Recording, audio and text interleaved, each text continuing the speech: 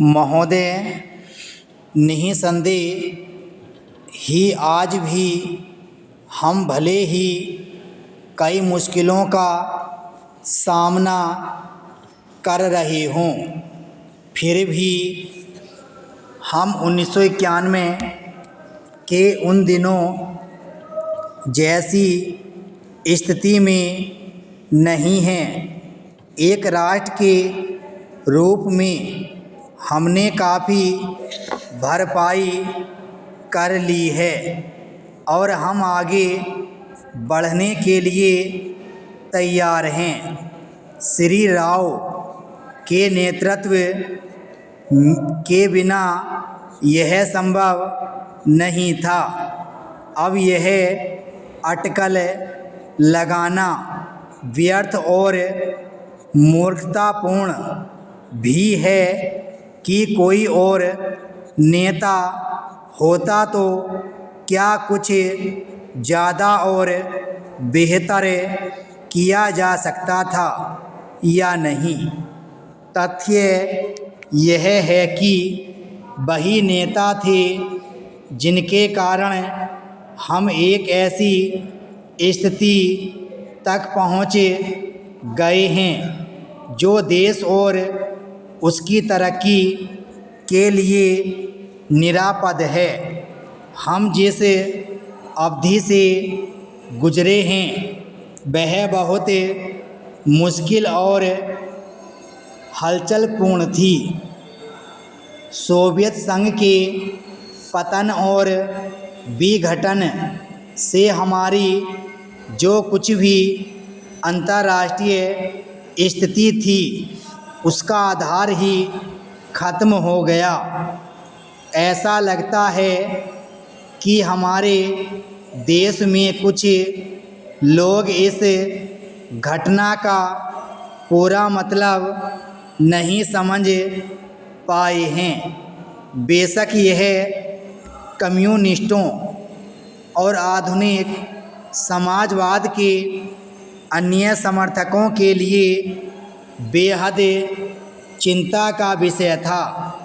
इससे उन सभी निष्पक्ष देशभक्तों को काफ़ी दुख हुआ जिनके लिए सोवियत संघ अच्छा मित्र था और अकेली विदेशी शक्ति थी जो हमेशा हमारे साथ खड़ी होती थी।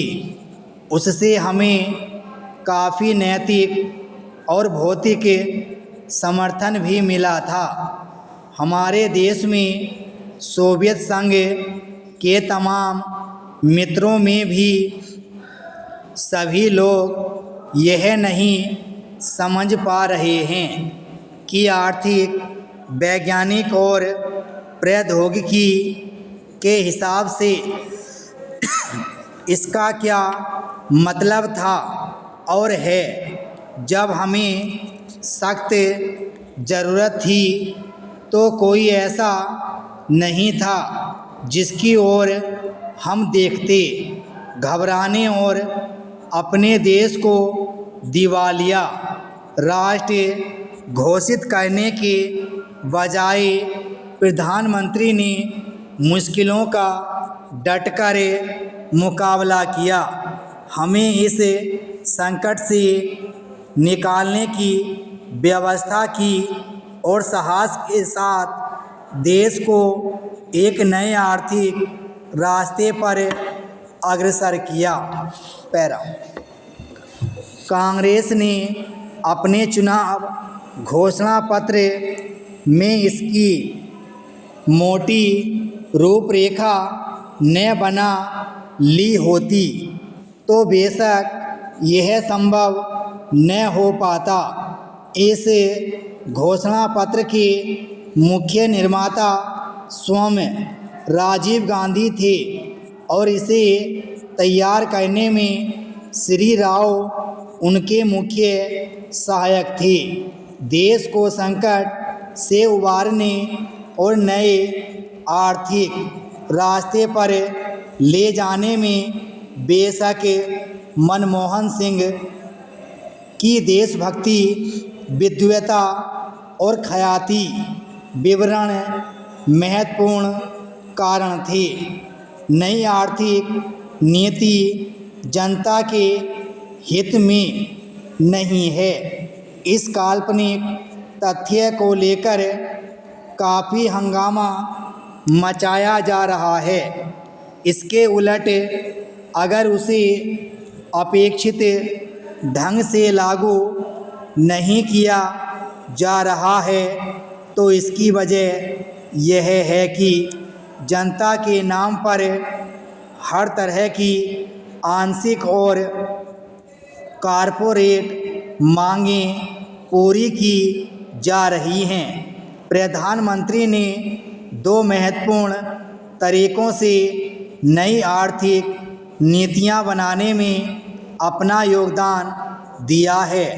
सबसे पहले तो उन्होंने नई नीति लागू करने के लिए मध्यम मार्ग अपनाने पर जोर दिया है। नए आर्थिक कार्यक्रम को लागू करने में उन्होंने जो दूसरा महत्वपूर्ण योगदान किया है वह है इसके पक्ष में राष्ट्रीय सहमति बनाना। विराम स्टॉप।